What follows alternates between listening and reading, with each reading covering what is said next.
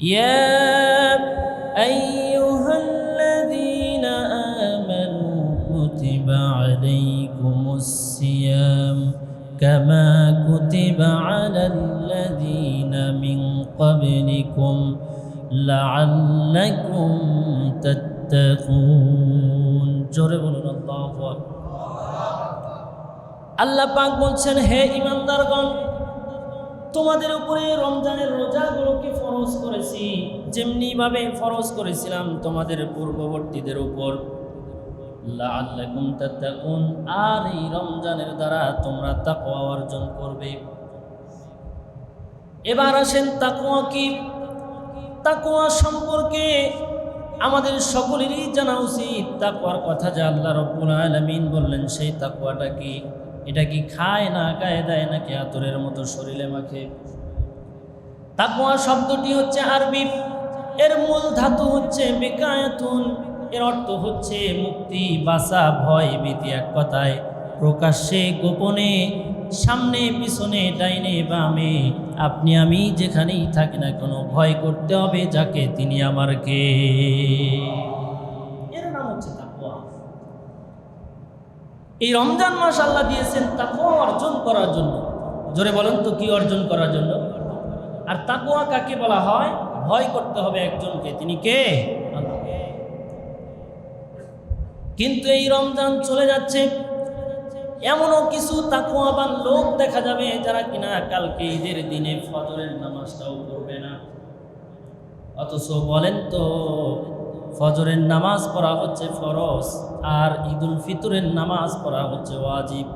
দুইটার মধ্যে মূল্য কোনটার বেশি? ফজরের ফরজের মূল্যটা বেশি,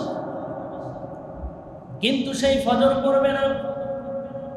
অথচ ফজর না পড়ে বগলের নিচে একটা জায়নামাজ নিয়ে আগে আগে সুন্দর পোশাক পরে সে সামনের কাতারে গিয়ে বসবে। বলেন তো, এমন লোক আমার সমাজে আছে না নাই?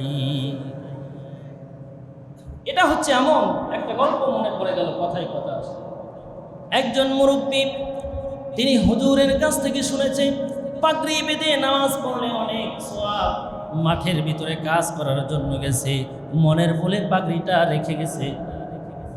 এবার নামাজের আজান হয়ে গেছে, অক্ত হয়ে গেছে, পাগড়ি আনার কথা মনে নাই। কর্মে লুঙ্গি ছিল, লুঙ্গি খুলে মাথায় পাগড়ি বেঁধে নামাজ পড়তেছে। লুঙ্গি খুলে মাথায় পাগড়ি বেঁধে নামাজ পড়তেছে। তো যারা ফজরের নামাজ না পড়ে ঈদগাহের নামাজ যান, তাদের মধ্যে আর এদের মধ্যে কোনো পার্থক্য। অথচ আজকে আপনাদেরকে খলিফাতুল মুসলিমিন হযরত ওমর রাদিয়াল্লাহু তাআলা আনহুর শাসন আমল থেকে কিছু ঘটনা আপনাদেরকে শোনাবো। তাকওয়া কাকে বলে? তাকওয়া কি জিনিস? আল্লাহর হাবিব বিশ্ব নবীর সাহাবী, যিনি কিনা আমিরুল মুমিনিন খলিফাতুল মুসলিমিন হযরত ওমর রাদিয়াল্লাহু তাআলা আনহু, তিনি দিনের বেলায় রাষ্ট্রের কাজে ব্যস্ত থাকতেন, আর রাতের বেলায় ছদ্মবেশ ধরে সবার কাছে ঘুরে বেড়াতেন। সাধারণ প্রজাদের খোঁজ খবর তিনি নিতেন, তাদের হালতগুলো তিনি বুঝতেন। একদিন ঘুরতে ঘুরতে খলিফাতুল মুসলিমিন হযরতে ওমর রাদিয়াল্লাহু তাআলা আনহু একজন রাখালের কাছে গেলেন। রাখালের কাছে যাওয়ার পরে রাখালকে বলতেছে, ও ভাই রাখাল, আমি একজন মুসাফির মানুষ, আমার বড় তৃষ্ণা লেগে গিয়েছে, তোমার কাছে কি কোনো পানি আছে নাকি? ওই রাখাল বলল, ও মুসাফির, আমার কাছে কোনো পানি নাই। ওই রাখালকে খলিফাতুল মুসলিমিন ওমর রাদিয়াল্লাহু তাআলা আনহু বলতে লাগলেন, তোমার কাছে পানি নাই তো কি হয়েছে? কিন্তু এই যে ছাগলগুলো দেখতে পাচ্ছি, এই যে বকরির পালগুলো আমি দেখতে পাচ্ছি, তোমার এই বকরি থেকে একটা বকরির দুধ দহন করে যদি আমাকে দাও, আমি খেলে পরে আমার তৃষ্ণাটা বড় নিবারণ হয়ে যাবে। বলেন সুবহানাল্লাহ। কিন্তু এই রাখাল এমন একটা কথা বললেন, এমন একটা উত্তর করলেন, খলিফাতুল মুসলিমিন হযরত ওমর অবাক হয়ে গেলেন। অবাক দৃষ্টিতে তিনি তাকিয়ে রইলেন। এমন একটা কথা তিনি বললেন, ওই রাখাল বলতেছে, ও মুসাফির, এই বকরি চড়ানোর দায়িত্ব আমার, কিন্তু এই বকরি থেকে দুধ দহন করে অন্য কাউকে দেওয়ার দায়িত্ব আমার না, এটা মালিকের। আমি এর দায়িত্ব না, আমার দায়িত্ব হলো বকরিগুলো চড়ানো, বকরিগুলোর দেখভাল করা, কিন্তু দুধ দেওয়ার মালিক আমি। কিন্তু খলিফাতুল মুসলিমিন খুবই বিচক্ষণ একজন ছিলেন। খলিফাতুল মুসলিমিন তিনি ওই রাখালকে একটা অফার দিলেন। অফার, দুনিয়াতে দেখবেন আপনার সন্তানের যদি চাকরি না হয়, কিছু টাকা যদি অফার করে ফেলেন, অন্য সমস্ত কিছুর চাইতে আপনার সন্তানের চাকরি আগে হবে। কথা বলেন ঠিক না বেঠিক? ওমর রাদিয়াল্লাহু তাআলা আনহু কিছু অফার করলেন। কি অফার জানেন?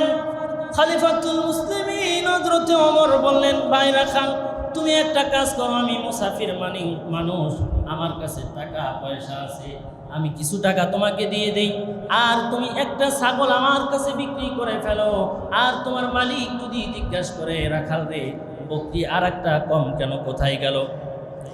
ও রাখাল, তুমি বলবা একটা নেকড়ে বাঘ এসে একটা ছাগলকে ধরে নিয়ে খেয়ে ফেলেছে।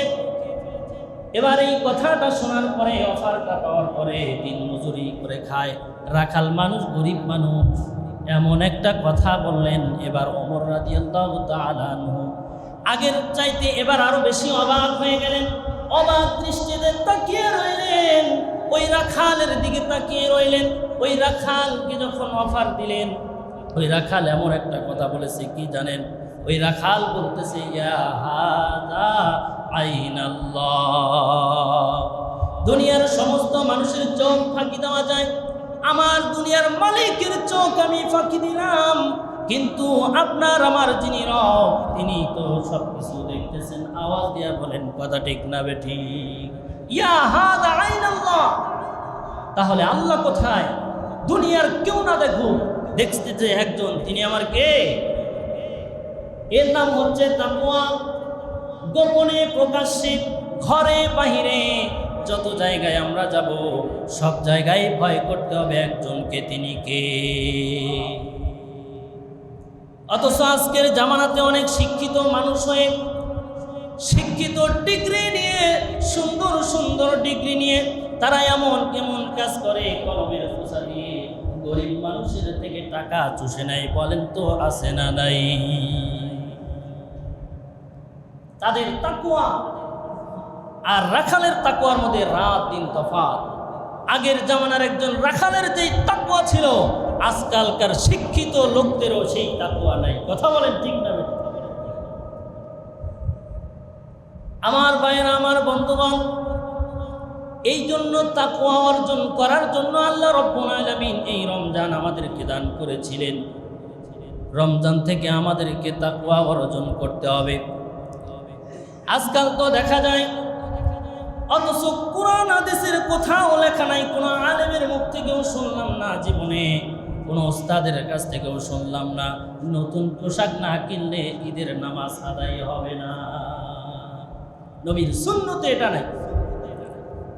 অথচ আপনি মার্কেটের দিকে তাকান, পা ফেলার মতো জায়গা নাই, মহিলা পুরুষ সমান হয়ে গেছে, কার গায়ের সঙ্গে কার গা লাগে বোঝার উপায় নাই। সেখানে আপনাকে একটা মহিলা যে আপনাকে ধমক দিবে সেই সুযোগও নাই। ছোট্ট বাচ্চা কোলে নিয়ে যায়, বাচ্চাগুলো গরমে ঘেমে ঘেমে ঘেমে ঘেমে অস্থির হয়ে যায়, তবুও তারা মার্কেট করা বাদ দেয় না। অথচ কোরআন হাদিসের কোথাও আপনি আমাকে দেখাইতে পারবেন না। এত কোরআন হাদিস ঘাটলাম, কোথাও পাইলাম না। নতুন পোশাক না হলে আপনার ঈদগাহে গেলে ঈদের নামাজ আদায় হবে না। আজকে তুমি মার্কেট করা নিয়ে ব্যস্ত, অথচ আল্লাহ রমজান মাস কেন দিলেন এটা তুমি ভুলে গেলে। রমজান মাস তোমাকে এই জন্য দেওয়া হলো, এই রমজান থেকে তুমি তাকওয়া অর্জন করবা। রমজান আল্লাহ পাক দিলেন রোজা রাখার জন্য, রমজান আল্লাহ পাক দিলেন হচ্ছে তারাবির নামাজ আদায় করার জন্য। রমজান মাস আল্লাহ রাব্বুল আলামিন দিলেন রাতের ঘুমকে হারাম করে সেহরির সময় উঠে রাত 3টা 3:30টার দিকে সেহরি খাওয়ার জন্য, আল্লাহর ভয় অর্জন করার জন্য। অথচ আমরা মার্কেট করা নিয়ে ব্যস্ত হয়ে পড়েছি। কিন্তু খলিফাতুল মুসলিমিন হযরত ওমর রাদিয়াল্লাহু তাআলা আনহুর শাসন আমল দিয়ে যদি পৃথিবীর কোনো একটা রাষ্ট্র কেউ চালায়, তাহলে ওই রাষ্ট্রটা আল্লাহর পক্ষ থেকে মিনি জান্নাত হয়ে যাবে। জোরে বলেন সুবহানাল্লাহ। কেমন শাসনকর্তা তিনি ছিলেন! খলিফাতুল মুসলিমিন হযরত ওমর রাদিয়াল্লাহু তাআলা আনহু শুধু আমেরিকার প্রেসিডেন্ট তিনি ছিলেন না, শুধু বাহরাইন, কাতার, কুয়েত, তিনি এরকম সৌদি আরবের মতো বড় দেশের প্রেসিডেন্ট ছিলেন না। এই পৃথিবীর অর্ধেক পৃথিবীর শাসনকর্তা তিনি প্রধানমন্ত্রী ছিলেন। তিনি এত বড় প্রধানমন্ত্রী হওয়ার পরেও তার ঘরে খাবার নাই, তার ঘরের ভিতরে কোনো বাজার নাই। ঈদের সামনে ছোট্ট বাচ্চা বাইরে যাওয়ার পরে অন্যদের নতুন পোশাক দেখে তার ছেলেটা কান্না শুরু করেছে। হযরত ওমরের ছেলে আব্দুল্লাহ তিনি কান্না শুরু করে দিয়েছে, নতুন পোশাক ক্রয় করবে। কিন্তু অর্ধ জাহানের খলিফা যিনি ওমর, তার ঘরে ছোট্ট বাচ্চাকে একটু কাপড় কিনে দেবে নতুন, সেই কাপড় কিনে দেওয়ার মতো সামর্থ্য তার নাই। এবার খলিফাতুল মুসলিমিন হযরত ওমর রাদিয়াল্লাহু তাআলা আনহুকে তার স্ত্রী ডাক দিয়ে বললেন, ওগো প্রাণের স্বামী আমার, আমার কথা না হয় বাদ দিলাম, আপনার কথা না হয় বাদ দিলাম, কিন্তু ছোট্ট বাচ্চা যে বায়না ধরেছে তাকে আমি কিভাবে বুঝ দেব? আপনি একটা কাজ করেন। কি কাজ? আপনি আপনার রাষ্ট্রের অর্থ মন্ত্রণালয় থেকে বাইতুল মালের দায়িত্বপ্রাপ্ত যে সাহাবী আছে তাকে একটু বলেন অগ্রিম 1 মাসের বেতন জানি আপনাকে দিয়ে দেয়। খলিফাতুল মুসলিমিন হযরত ওমর রাদিয়াল্লাহু তাআলা আনহু তিনি এবার কি করলেন? তিনি চিঠি লিখলেন, ভাই আমার, ও আমার অর্থমন্ত্রী, আমি যেই বাইতুল মাল থেকে সরকারি কোষাগার থেকে বেতন পাই, সেই বেতন থেকে আমাকে অগ্রিম 1 মাসের বেতন দিয়ে দাও। আমার ছোট্ট বাচ্চা বায়না ধরেছে কাপড় কিনে দেব, সেই টাকা আমার কাছে নাই। এই চিঠিটা পাওয়ার পরে অর্থমন্ত্রী ওই সাহাবী যখন খুললেন, খোলার পরে দেখলেন সালাম দিয়েছে। সালামের উত্তর নেওয়ার পরে তিনি যখন ওই চিঠিটা পড়লেন, পড়ার সঙ্গে সঙ্গে জায়নামাজ নিয়ে তিনি এরকম সিজদায় লুটিয়ে পড়ে গেলেন। আল্লাহ, যেই দেশের ভিতরে এমন শাসক আছে, সেই দেশের ভিতরে কোনোদিন অশান্তি হতে পারে না। কথা বলেন ঠিক না বেঠি?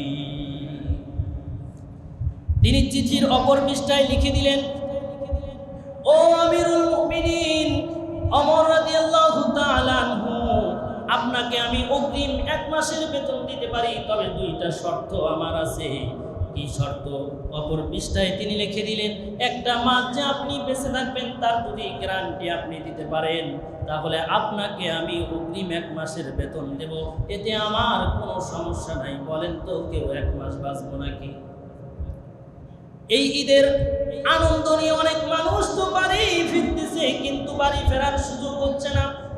অনেক মানুষ আশা করেছিল রমজান যেহেতু পেয়েছি ঈদের আনন্দ ঈদ করবো, অনেক মানুষ তো এই আশা নিয়ে বসেছিল, কিন্তু বলেন তো সে কি ঈদ করতে পেরেছে নাকি? দ্বিতীয় নাম্বার শর্ত তিনি লিখে দিলেন, ও আমিরুল মুমিনিন, আপনি যদি আমাকে কাগজে কলমে লিখে দিতে পারেন যে এই দেশের জনগণ আপনাকে ক্ষমতার মসনদে 1 মাস রাখবে, যদি এই 2টা গ্যারান্টি আপনি দিতে পারেন, তাহলে আমি আপনার অর্থমন্ত্রী আপনাকে অগ্রিম 1 মাসের বেতন দেব, এর ভিতরে আমি আর কোনো কথা বলবো না। হযরত ওমর রাদিয়াল্লাহু তাআলা আনহু এই চিঠিখানা পাওয়ার পরে তিনি আল্লাহর দরবারে সিজদায় লুটে পড়ে গেলেন। অথচ তারা জান্নাত প্রাপ্ত সাহাবী ছিলেন। সিজদায় পড়ে গিয়ে আল্লাহকে বললেন, আল্লাহ, কাল কঠিন কিয়ামতের ময়দানে আপনার আদালত থেকে আমি বেঁচে গেলাম, তার কারণ আমার দেশের ভিতরে এমন একটা অর্থমন্ত্রী আছে যে কিনা আপনাকে এত বেশি পরিমাণ ভয় করে। দেশের শাসক প্রধানমন্ত্রী আমি ওমরকেও 1 মাসের বেতন সে দেয় নাই। এমন যদি অর্থমন্ত্রী আমার দেশে থাকে, তার দ্বারা দুর্নীতি হওয়া কখনো সম্ভব হবে না। আওয়াজ দিয়া বলেন কথা ঠিক না বেঠি? অথচ আমার দেশের এমপি মন্ত্রী তো দূরের কথা, মেম্বার চেয়ারম্যান, উপজেলা চেয়ারম্যান, মেয়র হওয়ার পরে 1 বছর যাওয়া লাগে না, 3 তলা বাড়ি 5 তলা বাড়ির মালিক হয়ে যায়। কথা বলেন ঠিক না বেঠি? অথচ অর্ধ পৃথিবী, 1-2 দেশ নয়, অর্ধ পৃথিবী যিনি শাসক ছিলেন, সেই ওমর রাদিয়াল্লাহু তাআলা আনহু সন্তানকে একটা নতুন ঈদের জামা কিনে দিবে, সেই জামা কিনে দেওয়ার মতো অর্থ তার কাছে ছিল। আল্লাহকে কি পরিমাণ ভয় করত, তাকওয়া কাকে বলে একটু গভীর মনোযোগ দিয়ে বোঝার চেষ্টা করবে, একটু গভীর মনোযোগ দিয়ে বোঝার চেষ্টা করবে। এর নাম হচ্ছে তাকওয়া, এর নাম হচ্ছে তাকওয়া, এর নাম হচ্ছে তাকওয়া। গোপনে গোপনে প্রকাশ্যে সব সময় যাকে ভয় করতে হবে তিনি আমার কে। কিন্তু সেই ভয় কি আমরা করি? সেই ভয় আমাদের মধ্যে নাই। আল্লাহর ভয় আমাদের মধ্যে না থাকার কারণে আজকে আমাদের এই অবস্থা হয়েছে। অথচ আল্লাহর ভয় যদি আমাদের ভিতরে থাকতো তাহলে আমার দেশটা অন্যায়, অত্যাচার, জুলুম, নির্যাতন কেউ করতে। আমার ভাইরা, আমার বন্ধুগণ, আমার মুরব্বী বাবাজিরা, হযরত ওমর রাদিয়াল্লাহু তাআলা আনহুর শাসন ছিলেন এইরকম। তাহলে আল্লাহর ভয় আমাদের ভিতরে যদি থাকে তাহলে বলেন তো আমার দ্বারা কি কখনো দুর্নীতি, ভাইয়ের সম্পদ, বোনের সম্পদ, এরকম মানুষকে মারা আমার দ্বারা সম্ভব নাকি? আমার দ্বারা সম্ভব নয়। যদি আমার ভিতরে কি থাকে? তাকওয়া, আল্লাহর ভয় যদি আমার ভিতরে থাকে তাহলে আমার দ্বারা কখনো অন্যায় হওয়া সম্ভব নয়, দুর্নীতি হওয়া সম্ভব নয়, অত্যাচার, জুলুম, নির্যাতন, খুন খারাপি কোনো কিছুই আমার দ্বারা হওয়া সম্ভব। আমার ভাইয়েরা, হযরত ওমর রাদিয়াল্লাহু তাআলা আনহু ঈদের নামাজ শেষ করে তিনি ঘরের ভিতরে এসে দরজা বন্ধ করে দিয়ে এমন জোরে জোরে কান্না তিনি করতেছিলেন, এমন জোরে জোরে কান্না করতেছিলেন, একটা ছোট্ট বাচ্চা যেমন ফোফায়া ফোফায়া কান্না করে ওই রকম করে তিনি কান্না করা শুরু করে দিয়েছেন। এমন সময় হযরত আবু হুরায়রা রাদিয়াল্লাহু তাআলা আনহু তিনি ওমর রাদিয়াল্লাহু তাআলা আনহুর ঘরের দরজায় গিয়ে কড়া নাড়তেছে।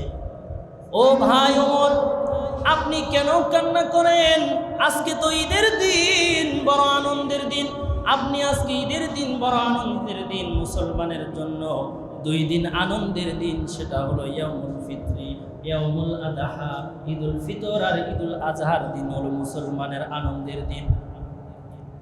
যখন কিনা এই কথা বলছেন ওমর রাদিয়াল্লাহু তাআলা আনহু বলতেছে, ভাই আবু হুরায়রা, আমি তো জানি না আমার জীবনের গুনাহ আমি ক্ষমা করাইতে পারছি কিনা, আমি তো জানি না আমার রোজাগুলো কবুল হয়েছে কিনা, আমি তো জানি না আমার তারাবিগুলো কবুল হয়েছে কিনা, আমি তো জানি না আমার জিকির আজকার কোরআন তেলাওয়াত, আমি তো জানি না আমার সেহরি ইফতারিগুলোকে কবুল হয়েছে কিনা, যেই জন্য আমি আল্লাহর দরবারে ঘরের ভিতরে বসে বসে কান্না করা শুরু করে দিয়েছি। আমি তো জানি না। অথচ এই ওমর কোন ওমর যিনি কিনা জান্নাতের সার্টিফিকেট প্রাপ্ত ওমর। ওমর রাদিয়াল্লাহু তাআলা আনহু এমন একজন সাহাবী, নবীজি আমার হাদিস পাকের ভিতরে বলে আমার পরে যদি কেউ নবী হতো তাহলে আল্লাহ রাব্বুল আলামিন ওমরকে নবী বানায় দিত। আল্লাহ রাব্বুল আলামিন এই ওমরকে এত বেশি ভালোবেসেছেন। ওমর রাদিয়াল্লাহু তাআলা আনহু যদি কোনো সিদ্ধান্ত নিতেন সেই সিদ্ধান্তটাকে আল্লাহ রাব্বুল আলামিন কোরআনের আয়াত দিয়ে, কোরআনের ভিতরে 1 নয় 2 নয় 21 জায়গায় আল্লাহ রাব্বুল আলামিন তার কথাগুলোকে কোট করেছে। বলেন সুবহানাল্লাহ। সেই ওমর রাদিয়াল্লাহু তাআলা আনহু ঈদের নামাজ পড়ে সে কান্না করতেছে, আমার গুনাহ আমি ক্ষমা করাইতে পারছি কিনা। কেন? নবীজি বলছে যে রমজান পাইলো কিন্তু নিজের জীবনের গুনাহ ক্ষমা করাইতে পারে না, সে ধ্বংস হয়ে যাবে। জোরে বলেন আমিন।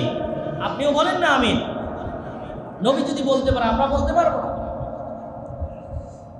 এই ভয়ে তারা কান্নাকাটি শুরু করে দিত। অথচ আজকে আমরা কত আনন্দ করি, মার্কেটে গিয়ে কত মজা করি, অথচ ঈদগাহে যাওয়ার আগে আপনাকে ফজরের নামাজ আদায় করতে হবে, সেই নামাজেরও খবর নাই।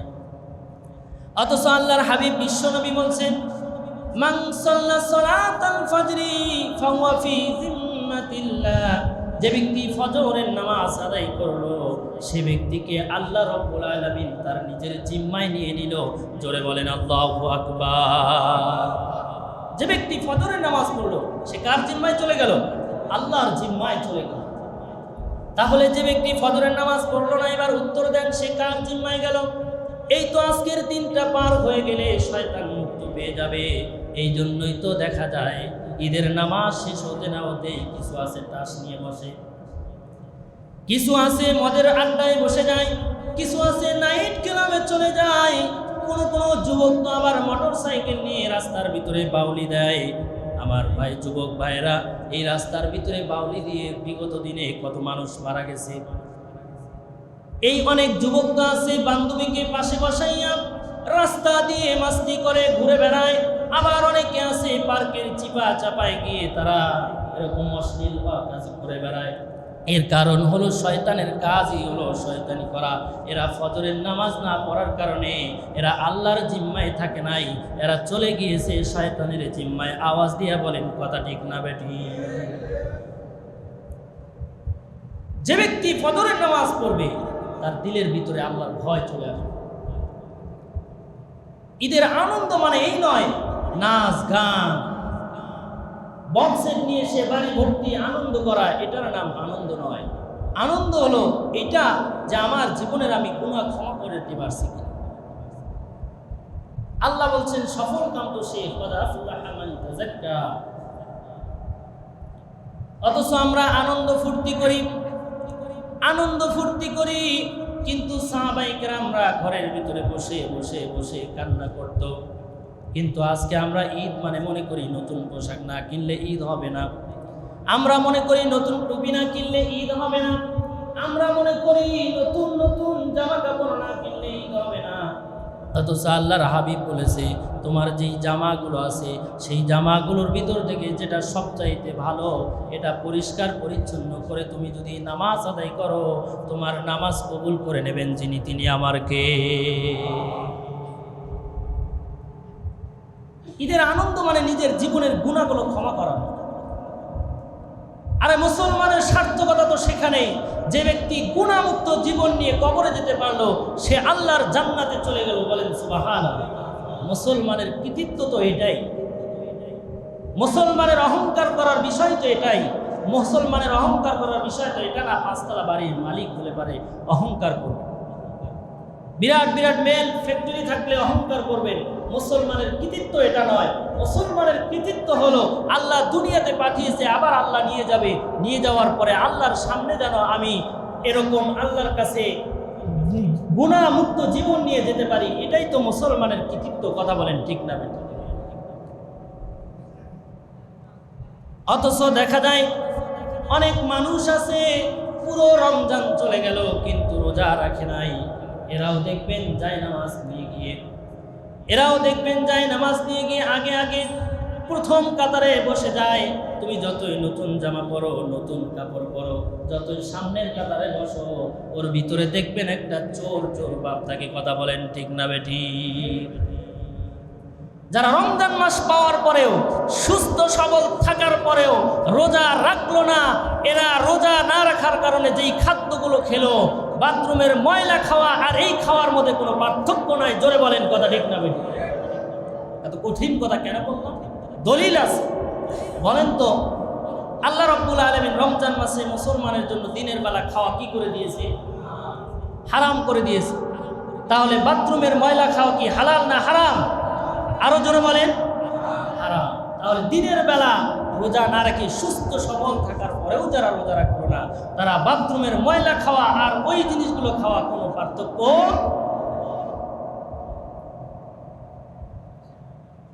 দেখবেন অনেকে আছে রোজা না রাখার পরেও ঈদগাহে যায়, কিন্তু আল্লাহর হাবিব বিশ্ব নবী বলেছে যারা রমজান পাওয়ার পরে রোজা রাখলো না, তারাবি পড়লো না, সেহরি খেলো না, ইফতার করলো না, আল্লাহর কোরআন পড়লো না, জিকির আজগার করলো না, তারা যেন আমার মুসল্লা অর্থাৎ ঈদগাহে না আসে, তারা যেন আমার ঈদগাহে না আসে। আল্লাহর নবী কতটা দিলের ভিতরে ব্যথা পাইলে এরকম ধমক দিয়ে কথা বলতে পারে? কথা বলেন ঠিক না বেঠি? আমার ভাইরা, একটা উদাহরণ আপনাদেরকে দিলে হয়তো সহজে বুঝতে পারবেন। সেটা হলো আমাদের দেশের ভিতরে যখন অনুষ্ঠান হয়, বিরাট আকারের অনুষ্ঠান, বিয়েবাদী ইত্যাদি ইত্যাদি, সেই সময় একটা শ্রেণী আছে যাদেরকে দাওয়াত করতে হয় না, দাওয়াত ছাড়াই চলে আসে। উত্তর কি সহজে দিতে পারবেন? তাড়াতাড়ি দিতে না পারলে আমি উত্তর দিচ্ছি। সেটা হলো কুকুর। এখানে কি আছে? হাত তোলেন তো। কুকুরকে চিঠি দিয়ে দাওয়াত দিচ্ছেন?